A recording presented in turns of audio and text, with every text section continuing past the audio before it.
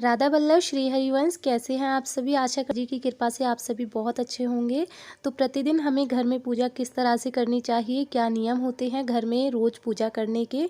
और कई भक्तों के कमेंट आ रहे थे कि दीदी हमें रोज़ की पूजा में कौन सी आरती करनी चाहिए और भगवान को कितनी जगह हमें भोग लगाना चाहिए। तो सारी चीज़ें मैं आपको इस वीडियो में बताऊँगी। कई भक्तों का कमेंट ये भी था कि हमें सुबह कितने बजे पूजा कर लेनी चाहिए। तो आज की वीडियो में आपको सभी डिटेल्स मिल जाएंगी। तो वीडियो को आप सभी पूरा ज़रूर देखिएगा और वीडियो अगर थोड़ी सी भी हेल्पफुल लगे तो वीडियो को एक लाइक ज़रूर कर दीजिएगा।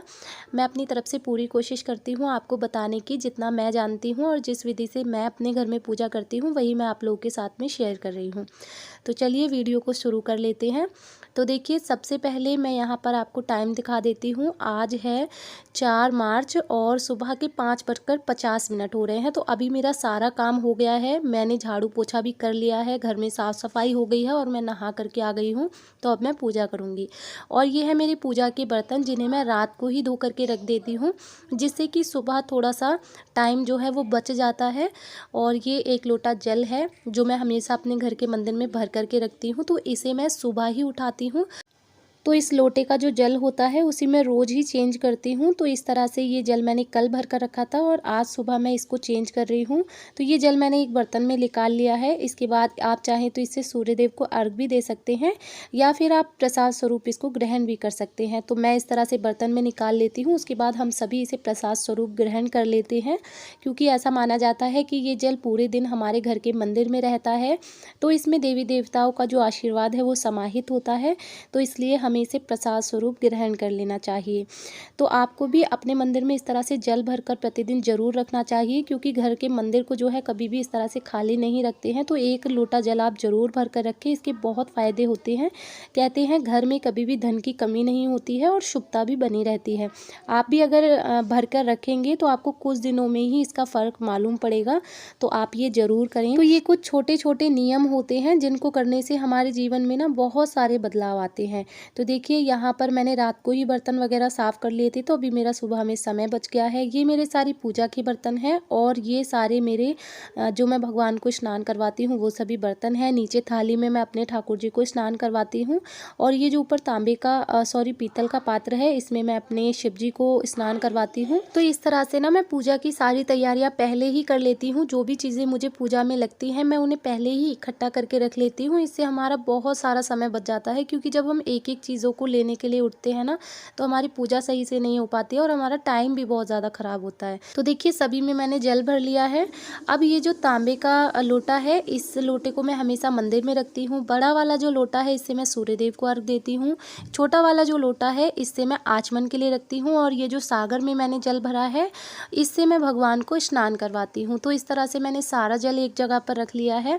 और देखिए, आज मुझे मंदिर में तुलसी भी चेंज करके रखनी थी, तो इकट्ठी तुलसी मैं इस तरह से एक डाल तोड़ लेती हूँ तुलसी से और इस तरह से जल भर के एक पात्र में इसको रख देती हूँ। ये पूरे 1 हफ्ते तक आराम से चल जाती है, तो तुलसी की कोई भी दिक्कत नहीं होती है और ये सूखती भी नहीं है। उसके बाद देखिए, अब हम आ गए हैं अपने घर के मंदिर में। तो सबसे पहले हमें भगवान को प्रणाम करना है। उसके बाद ताली या घंटी बजाकर हम भगवान से आग्रह करेंगे कि हे प्रभु, भोर हो गई है, अब आप जागिए, हम आपकी सेवा करना चाहते हैं।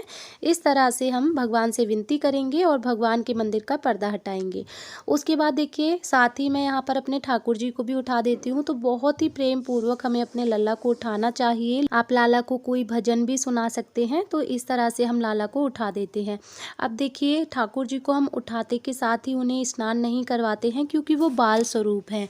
तो जब तक मैं अपने ठाकुर जी को थोड़ी देर जगा करके बिठा देती हूँ, तब तक मैं मेरे जो मंदिर में भगवान जी है उन्हें मैं स्नान करवाती हूँ।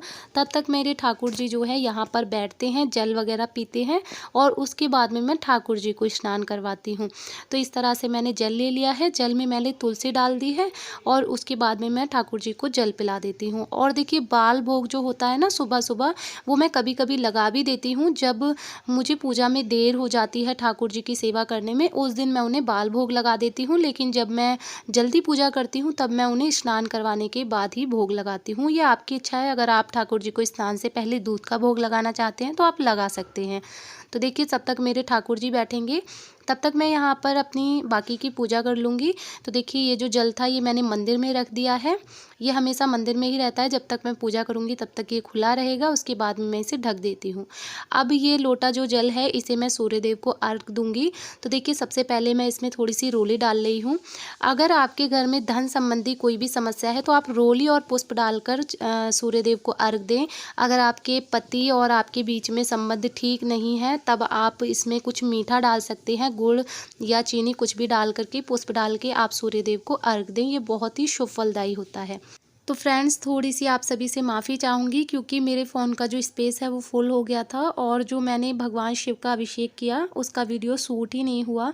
तो यहाँ पर मैंने बाद में देखा, उसके बाद में मैंने कुछ चीज़ें डिलीट करी और फिर से जो है वीडियो को शूट किया। तो इसीलिए मैंने यहाँ पर स्नान करवा दिया है और जो मेरे लक्ष्मी गणेश हैं इनको मैं भाव रूप में पुष्प से जल के छींटे देते हुए ही स्नान करवाती हूँ। और अब देखिए यहाँ पर मैं अपने ठाकुर जी को स्नान करवाऊँगी। तो ठाकुर जी को आप कभी भी स्नान करवाएं तो कभी भी खाली पात्र में स्नान ना करवाएं, या आप स्वास्तिक का चिन्ह बना लें या फिर जो स्टार बनाया जाता है वो आप बना सकते हो, या फिर एक तुलसी पत्ता रखकर भी आप ठाकुर जी को स्नान करवा सकते हो।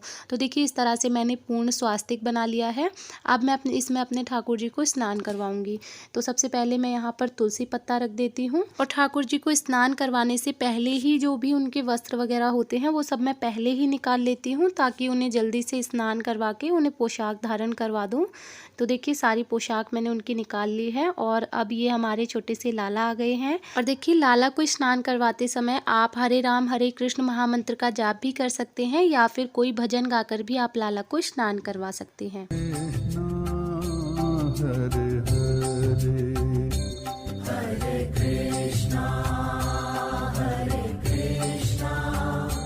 कृष्णा कृष्णा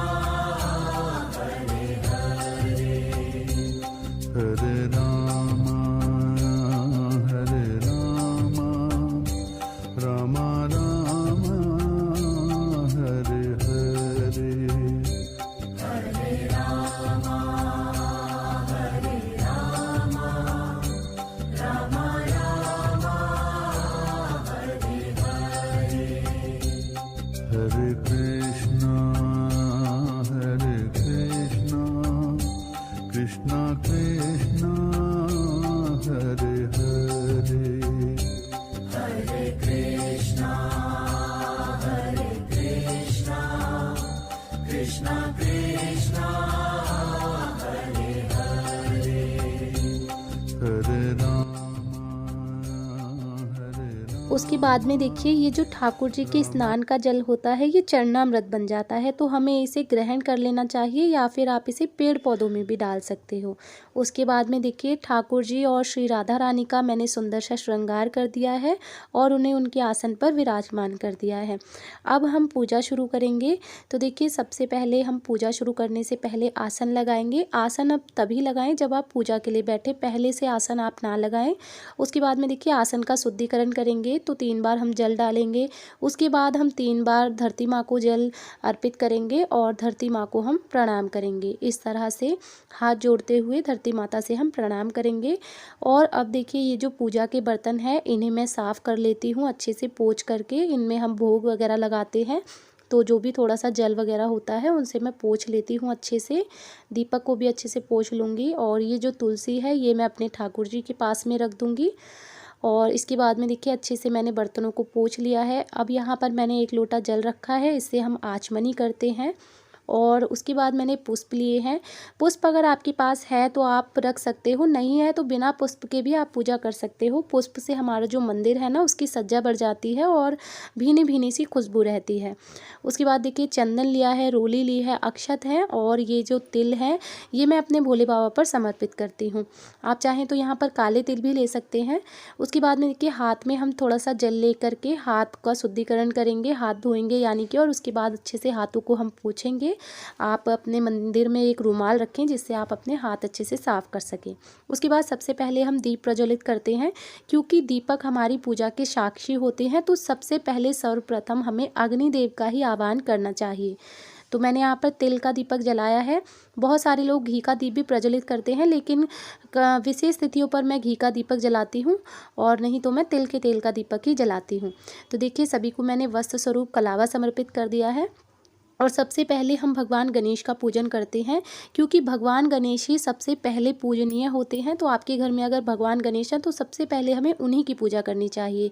तो सभी को मैं रोली से तिलक कर दूंगी। जो भी देवियाँ होती हैं उन्हें हम रोली से तिलक करते हैं, या लाल वाले चंदन से भी आप तिलक कर सकते हो। और जो भी देवगण होते हैं उन्हें हम चंदन से तिलक करते हैं। तो सभी को मैंने तिलक कर दिया है और अब मैं भोले बाबा को भी तिलक कर रही हूँ। यहाँ पर मैंने त्रिकुंड बनाया है, ओम बना रही हूँ मैं। आप चाहें तो यहाँ पर ओम की आकृति भी बना सकते हो, त्रिकुंड बना सकते हो, आपकी इच्छा है।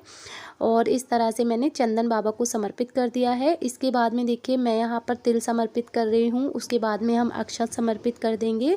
आप चाहें तो काले तिल भी ले सकते हो, या मूंग की जो साबुत दाल होती है वो ले सकते हो, चने की दाल आप ले सकते हो। और इसके बाद देखिए मैंने यहाँ पर पुष्प समर्पित कर दिया है, और माता लक्ष्मी और भगवान गणेश को भी हम पुष्प यहाँ पर समर्पित कर देंगे। और उसके बाद हम अपनी श्री राधा रानी को और लड्डू गोपाल को भी हम पुष्प समर्पित करेंगे। तो देखिए कई बार ऐसा होता है कि हमें पुष्प वगैरह नहीं मिल पाते हैं, तो बगैर पुष्प के भी हम पूजा कर लेते हैं। जब मेरे पास होते हैं तो मैं चढ़ा देती हूँ, नहीं होते तो ऐसे ही पूजा कर लेती हूँ। उसके बाद में देखिए हम भोग लगाएंगे। तो भोग में जैसे ही मेरे पास जो भी चीज़ें होती हैं मैं उनका भोग लगा देती हूँ। कई बार मेरे पास फल वगैरह होते हैं तो मैं उनका भी भोग लगा देती हूँ। नहीं होते हैं तो मिश्री बतासे मैं हमेशा अपने घर के मंदिर में रखती हूँ, उनका भोग मैं लगा देती हूँ। और जो पंचमेवा होती है उनका भोग मैं लगा देती हूँ। तो देखिए कई भक्तों ने पूछा था कि भोग हम कितनी जगह लगाएं। तो देखिए अगर आपके घर में लड्डू गोपाल यानी कि ठाकुर जी की सेवा नहीं है, तब आप अपने घर के मंदिर में एक ही जगह पर भोग लगाइए। उसी भोग में से सभी प्रभु भोग पा लेते हैं, आप उनसे विनती करिए। और अगर आप ठाकुर जी की सेवा करते हैं तब आप ठाकुर जी का भोग अलग से लगाएं, क्योंकि उनके भोग में तुलसी डाली जाती है, वो बिना तुलसी के भोग ग्रहण नहीं करते हैं। और ठाकुर जी की सेवा जो होती है वो थोड़ी सी अलग होती है, क्योंकि उन्हें 4 पहर का भोग लगाया जाता है। लेकिन अगर आप ठाकुर सेवा नहीं करते हैं तब आप अपने घर के मंदिर में एक बार ही भोग लगाएं, और शाम के समय जब आप पूजा करें तब भी आप एक जगह ही भोग लगा सकते हैं। और उसके बाद में देखिए हम आरती करेंगे। तो आरती के लिए आपने पूछा था, तो देखिए आप सबसे पहले भगवान गणेश की आरती करें। उसके बाद जो भी आपके इष्ट देव हैं, भगवान शिव या भगवान नारायण, उनकी आप आरती कर सकते हैं। और अगर आपको इष्ट देव नहीं पता है तो आप ओम जय जगदीश हरे या फिर भगवान शिव की कोई भी आरती प्रतिदिन की पूजा में आप कर सकते हैं। मैं तो ओम जय जगदीश हरे की ही आरती करती हूँ। और उसके बाद में देखिए आरती करने के बाद हमारी पूजा पूर्ण हो जाती है। और जब हम पूजा करके उठेंगे तो इस तरह से हम आसन के नीचे थोड़ा सा जल रखेंगे और उस जल को 3 बार अपने माथे से लगाएंगे। उसके बाद आप अपने आसन को उठा दें, क्योंकि कहा जाता है कि अगर हम ऐसा नहीं करते हैं तो हमारी पूजा का आधा फल इंद्रदेव ले जाते हैं। तो इसलिए आप अपने आसन को साथ ही उठा दें। अब देखिए कई भक्त जो होते हैं वो माला जाप करते हैं या गीता का पाठ करते हैं या कोई भी पाठ अगर करते हैं, तो आप चाहें तो आरती करने से पहले भी वो पाठ कर सकते हैं। या फिर अगर आपके पास इतना समय नहीं है, सुबह की पूजा के समय ज़्यादातर लोगों के पास समय नहीं होता है, तब आप दिन के समय में भी पाठ वगैरह कर सकते हैं। यदि आप माला जाप करते हैं तो दिन के समय आप अपने हाथ मुंह अच्छे से धो करके स्वच्छ हो करके भी आप अपना माला जाप वगैरह कर सकते हैं, बाद में भी कोई दिक्कत नहीं है। और देखिए माला जाप से रिलेटेड आप कुछ भी पूछना चाहते हैं तो आप कमेंट करके पूछ सकते हैं कि माला जाप कैसे किया जाता है, एक दिन में हमें कितनी माला करनी चाहिए, कौन सी माला से हम जाप करें और कौन से मंत्र का हमें जाप करना चाहिए। तो आप मुझे कमेंट कर सकते हैं, मैं आपको ज़रूर रिप्लाई करूँगी। और देखिए कई भक्तों ने पूछा था कि सुबह हमें कितने बजे तक पूजा कर लेनी चाहिए। तो देखिए सुबह सुबह जो ब्रह्म मुहूर्त का समय होता है वो सबसे शुभ समय होता है। इस समय यदि हम पूजा करते हैं तो हमें बहुत ही पुण्य फल की प्राप्ति होती है। लेकिन हम जब गृहस्थ में होते हैं तो ये सभी के लिए संभव नहीं हो पाता है कि सभी लोग गृहस्थ में रहकर जो है ब्रह्म मुहूर्त में पूजा कर सके। तो इसीलिए आप जब आपको समय मिले 8 बजे तक 9 बजे तक आप आराम से पूजा कर सकते हैं, कोई दिक्कत नहीं है। और देखिए गृहस्थ लोगों के लिए ऐसे कोई भी नियम नहीं बनाए गए हैं, क्योंकि गृहस्थ में जब हम होते हैं तो हमें सभी चीज़ों को देखना होता है अपने घर में। और गृहस्थों की जो पूजा होती है वो सबसे पहली पूजा तो यही होती है कि सबसे पहले हम अपने घर वालों का ध्यान दें, अपने गृहस्थी को अच्छे से संभालें, उसके बाद हम समय निकाल कर भगवान का भजन करें। तो इसीलिए आप अपने मन में कोई भी संचय ना करें, जब भी आपको समय मिलता है तब आप अपना भगवान का भजन करें, भगवान की सेवा करें। पहले आप अपने घर का काम पूर्ण करें, घर वालों का ध्यान रखें और उसके बाद आप भगवान की सेवा करें। तो गृहस्थ लोगों को ऐसी पूजा का सबसे ज़्यादा फल मिलता है और भगवान भी ऐसी पूजा से बहुत ही जल्दी रीझ जाते हैं। तो आई होप कि आज का वीडियो आप सभी को अच्छा लगा होगा। तो वीडियो अगर थोड़ा सा भी अच्छा लगा हो तो वीडियो को एक लाइक ज़रूर कर दीजिएगा, चैनल को सब्सक्राइब कर लीजिएगा। जल्दी ही मिलेंगे अगले वीडियो में, तब तक के लिए आप सभी को राधे राधे, हरे कृष्णा।